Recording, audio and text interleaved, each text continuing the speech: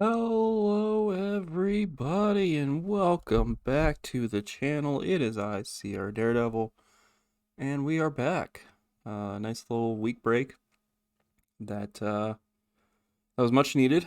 Um, Still not 100%, but it was definitely better than I was the last few days or so. So definitely would have been a mess to be trying to record during that time. But we are back doing the dang thing again. It is time for some more WCW. And we are on the road to Halloween Havoc. We still have the WCW World Heavyweight Championship tournament going on to crown our new champion, since the title has been vacated thanks to the injury to Brian Pillman.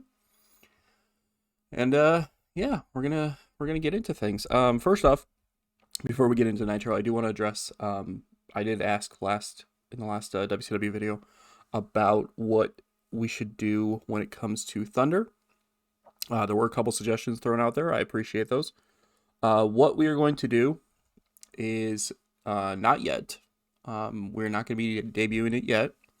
What we're going to do is on programming on the on Saturday night and everything, we're going to start having these videos kind of hyping up a show upcoming for WCW. And then after the first of the year is when we're going to debut Thunder. And it will be in-game, it'll be run on Thursdays. Obviously, IRL, we're not going to be doing a video on Thursdays for it because we already have the TNA series going on then. So what we're going to do is we're going to kind of go over it the same way we go over Nitro in this, and it'll be in the same video. So you'll get a rundown of Nitro, you'll get a rundown of Thunder, and then we'll look at Saturday night as well. So these videos might be a little bit longer. I'm working on trying to minimize how much I'm explaining things during the show itself to try to make these a little bit shorter, especially now that I'm going to be doing two-hour shows. Well, in-game 2-hour shows anyway. But yeah, we're also not going to be doing like a draft or a brand split or anything like that.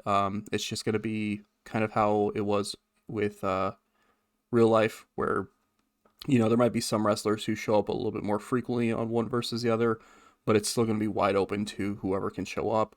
And we're going to treat Thunder as an actual A show, not that weird like semi-B show that it was in real life.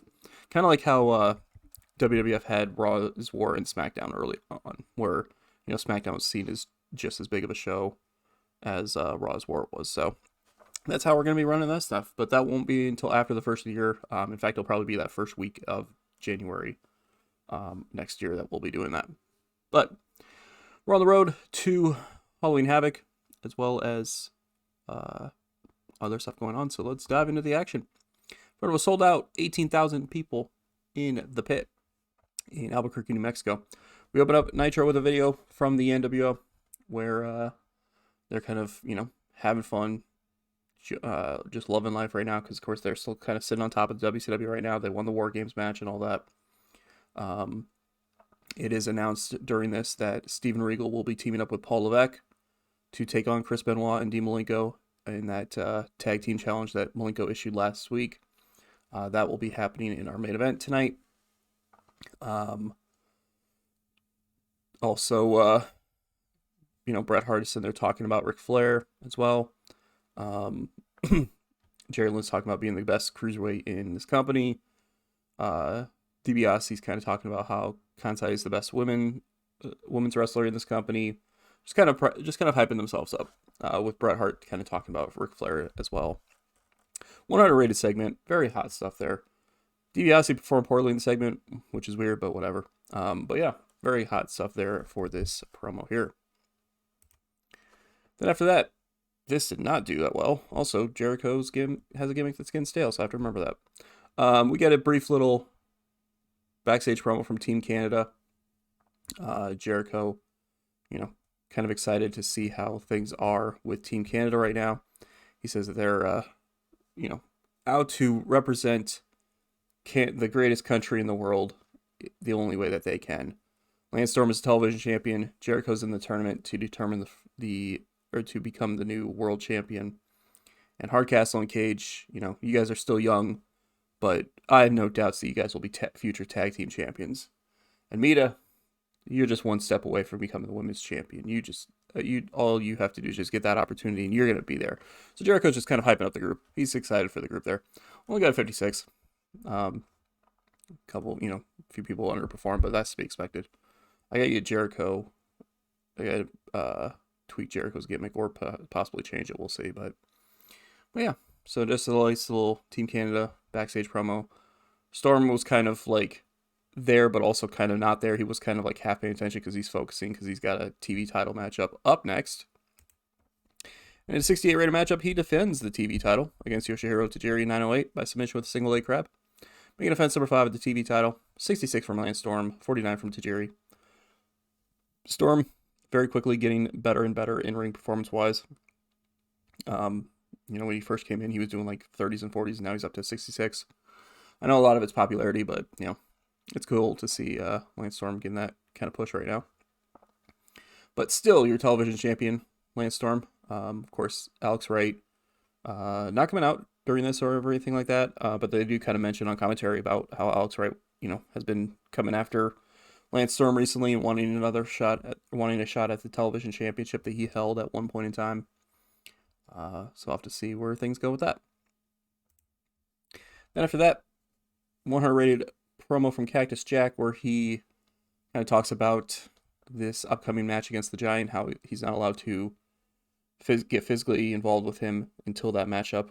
But that when that match happens, he's going to put Giant down once and for all and get one step closer to becoming the new WCW World Champion. So 100 rated segment here for this.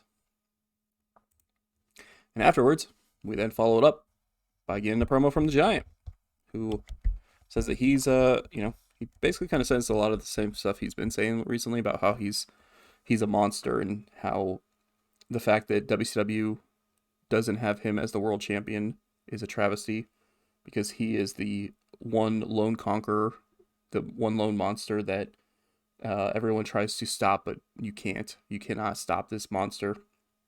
And that when he dispatches a Cactus Jack, once and for all, he will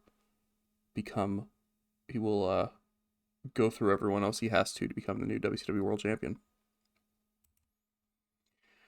Speaking of the WCW World Championship Tournament, we get another first round matchup that sees Dustin Rhodes defeat Rikishi Fatu in 11:55 by pinfall Bulldog. 82 rated for the match. 84 from Rhodes, 64 from Fatu. Fatu, I feel like he's one of those guys that I can, if I wanted to, I could give him a decent little singles run, and he wouldn't be main event title or main event picture, but I could easily give him a nice little mid card, upper mid card singles push, and it would be successful. So that's why I wanted to kind of put him in this tournament. Get him some, give him some more attention and all that kind of stuff as well. But Dustin Rhodes gets the victory in just under 12 minutes with Bulldog to advance to the second round of the tournament. 84 from Rhodes, 64 from Fatu. Not too bad. Afterwards, Booker T ends up running down and attacking Dustin Rhodes until security are able to separate the two of them. Of course, that's revenge for what happened last week when Flair and Booker T had their matchup, and Dustin Rhodes and Bret Hart ran down to attack both of them after that match. So Booker T getting some revenge after last week. Gotta imagine that these two are going to end up having another match in the near future, but we'll have to see. It won't be in the world title tournament because Dustin's still in it, but Booker is not after last week's loss to Ric Flair. Speaking of Ric Flair, he has an interview next with Gene Okerlund. I'm very surprised it only got an 87. Might have been Gene that brought it down a little bit. That is weird. Oh, it's because it was limited for being short as well. That makes sense. Essentially what happens here is Ric Flair has lost his goddamn mind. He's taken, what happened to Pillman very much to heart and to head. And then after last week's attack by Bret Hart, he's just losing his goddamn mind. This is one of those infamous interviews or promo things with Flair where he is taking off the jacket and he's elbow dropping the jacket and he's just screaming out like crazy. And it basically just goes completely off the rails. It gets to the point where Gene Okerlund's like, we can't do this. Like, you're spouting off nonsense. Nobody can understand you. You're losing your goddamn mind. 87 rating here, as Ric Flair's just going nuts about the fact, about everything that's been happening recently with him. 83 rated segment here, really good stuff there. As Mark comes out, and he has an in-ring promo where he's kind of talking about being glad to not be under the thumb of Raven and the flock anymore. Kind of starts to talk about how it was kind of his plan all along. When all of a sudden Raven comes out, Raven says that he knew that Mark was going to turn his back all along.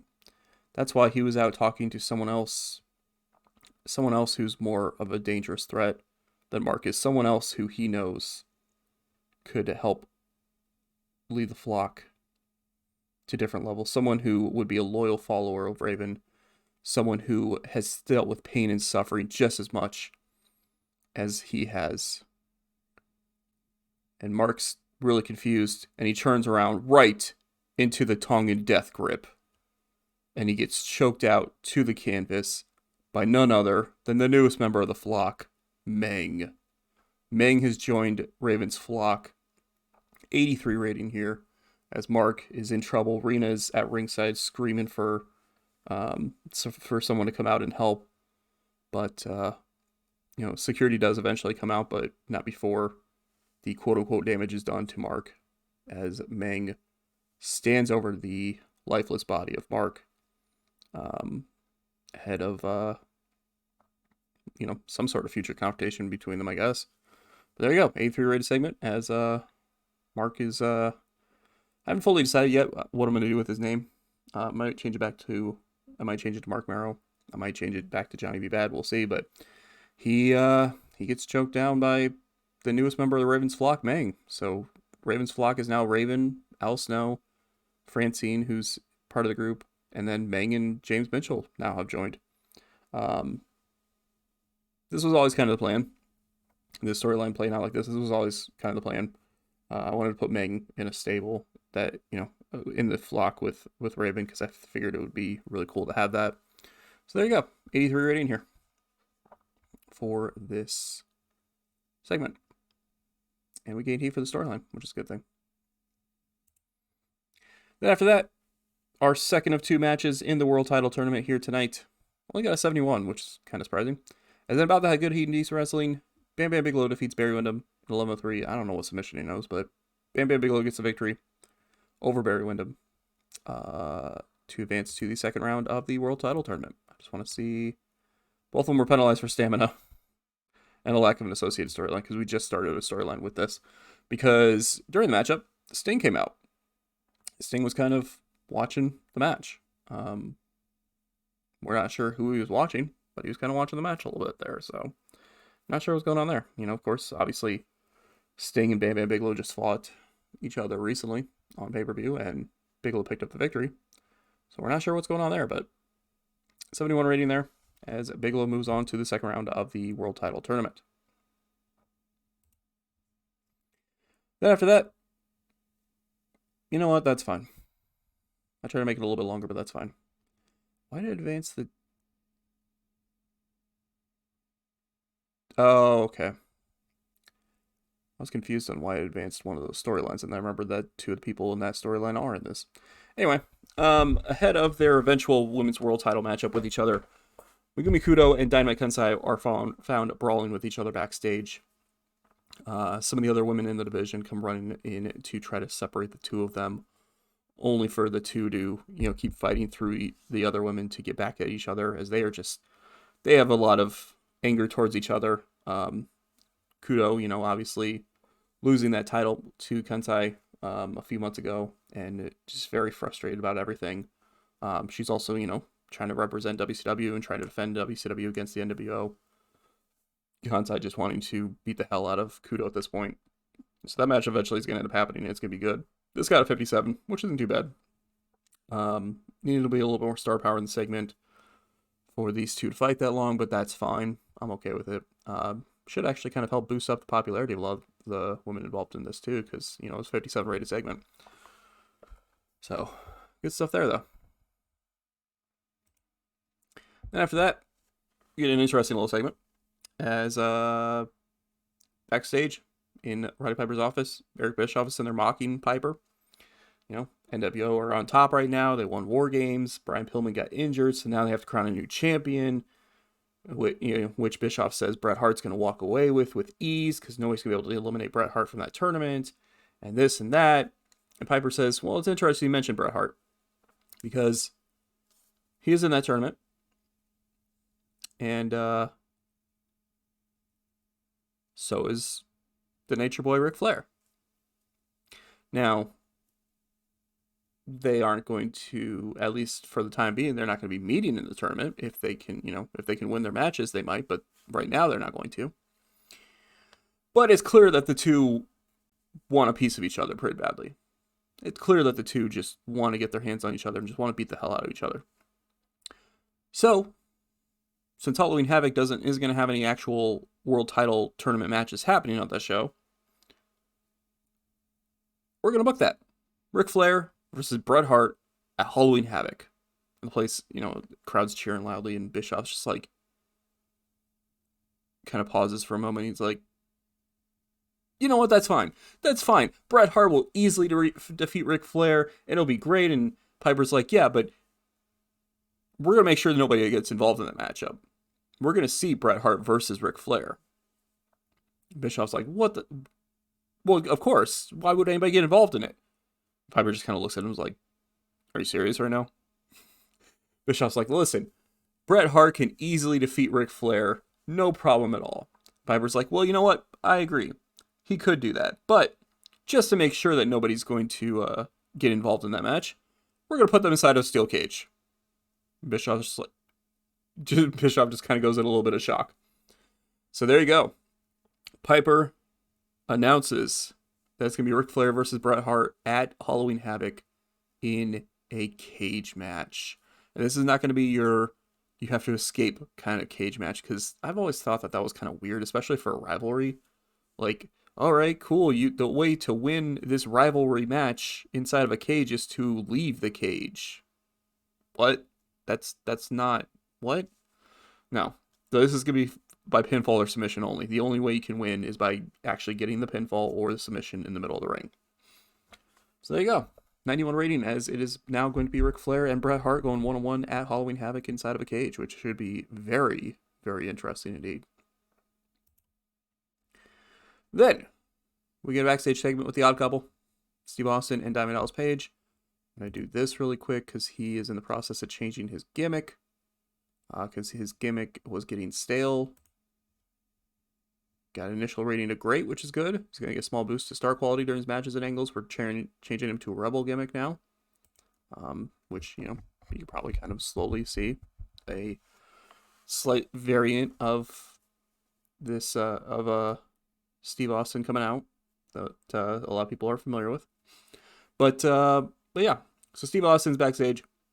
Page comes running up to him and is like, yeah, like he's super excited about the fact that Austin won his first round match last week. And Austin's like, whoa, hold on. You need to calm down. Like, I get it. It's exciting. I want a match. I'm one step closer to become the world champion. A title I feel like I deserve. But I don't need you coming in here with all this excitement, all this excited energy. That's not who I am. You should know that by now. How long have we been teaming together? You should know this by now. You coming out here with all this crazy excited energy like this, it's just gonna piss me off. Paige is like, all right. I'll admit it. A little over the top. But hey, I have beer. Austin goes, is it that crappy shit that you bought last time? And Paige's like, no. I made sure I talked to the person at the liquor store this time for the best beer. Austin's like, you talked to the guy at the liquor store. Paige's like, yeah, trust me on this one. Austin just kind of rolls his eyes and is like, all right, let's go see what you got. And the two walk off together. So, still continuing this little odd couple thing with Paige and Austin. We'll have to see if Paige ended up getting an actual good beer this time for a celebration of Steve Austin advancing on to the second round of the World Title Tournament. Then the main event gets an 86 rating. Good stuff there. As in a superb matchup, Paul Levesque and Steven Regal defeat Chris Benoit and Dean Malenko on 13-27. when Regal pinned Malenko with a surprise roll-up. 86 rating for the match. Regal still, suffering with his injury. Thankfully, that's only for a couple more months, and then he'll be back to full health, which means he'll be back to killing it in the ring. Not that he isn't already. I mean, he's got an 82 with the injury, so obviously that would mean that he'd be doing really good without that injury. But the match still got an 86, which I will definitely take. Paul Levesque, the weak link of the matchup, he only had a 74, but that's to be expected. He's kind of in that weird, because he's associated with the NWO, he's getting main event matches over, but he really should be more upper mid-card-ish kind of thing. Steven Regal with an 82, Malenko with an 89, Benoit with a 92. Yeah, this is also, kind of continuing off of the War Games thing too, because these four men did fight each other inside War Games as well. But this got an 86 itself in a very good main event on Nitro. Malenko gets rolled up by Steven Regal, who, Regal and Malenko are fighting for that U.S. title at Halloween Havoc, so that's more momentum on Regal's side ahead of that title matchup. Afterwards, Regal and Levesque are celebrating while Malenko and Benoit stare them down to end Nitro. Gets 72. Malenko's got to give me the skin stale, so I have to remember to change that as well. I already don't remember the other one. Whatever. 92 rating for the show itself. Increased popularity in 36 regions. Can't complain about that at all. Very good stuff there. Lots of very good segments on the show, as we are just absolutely killing it. No, it wasn't too bad when it came to doing all that stuff there. A decent run through of some stuff here. We will look at this stuff here. First off, Brian Pillman was on TV, helping promoting WCW. He did an excellent job. Even though he's on TV, he's injured right now. He apparently still was able to do an interview. So there's that. WCW, 5th on the night, just under 9 million viewers. Raw had 3.7 million viewers. They got an 85. They had Warrior and Shawn Michaels defeat Psycho Sid and Henry O. Godwin in the main event of Raw. So there's that for them. Good to see them putting out a good quality show there. Can't complain about that. We had 8.3 million viewers on TV, which got an 11.11 TV rating, which is absolutely insanity. It's absolute insanity indeed. But there you go. There's that. We'll run down Saturday night really quick, which is now I meant to click that. Saturday night happened. As you see there, we had a 61 rating for the show, as we had James Mitchell with an interview about Meng in the World Title Tournament. He also kind of brought up the fact that Meng and Mitchell are now part of the flock. We had Tony Schiavone with a sit-down interview with Jushin Liger. Bolton Kano defeated Commando Bolshoi. Kimona had an interview about Kaz Hayashi. Mary Apache had an interview. Brad Armstrong and Jesse James Armstrong teamed up to defeat the Mayhem Express, Tom Brady, and Terry Richards. We had a backstage segment with Big Bubba Rogers, Shane Holmes, and Miss Alexandria York, where York is still upset about how things have been going with Rogers and Holmes in WCW so far. Then we had Marcus Bagwell with a pre-match promo before he went out and defeated Canyon in a 58 rated matchup. So not bad Saturday night there. But there you go. There's another episode of WCW in the books, and now been viewed by your eyes. So we've got some interesting stuff coming up. We've got 2 matches for Halloween Havoc right now, which is going to be happening in 4 weeks' time. It's going to be at the end of October. We have Bret Hart and Ric Flair in a cage match, as well as Dean Malenko defending the United States Championship against Steven Regal. So we'll have to see how that plays out. We'll have to see if some other matches get added to Halloween Havoc, and so much more. So thank you all for hanging out, watching this, all that stuff. Definitely appreciate all the support you continue to have for the channel, as we will continue to go through things and see how things get played out in the future. But until next time, I shall bid you all adieu.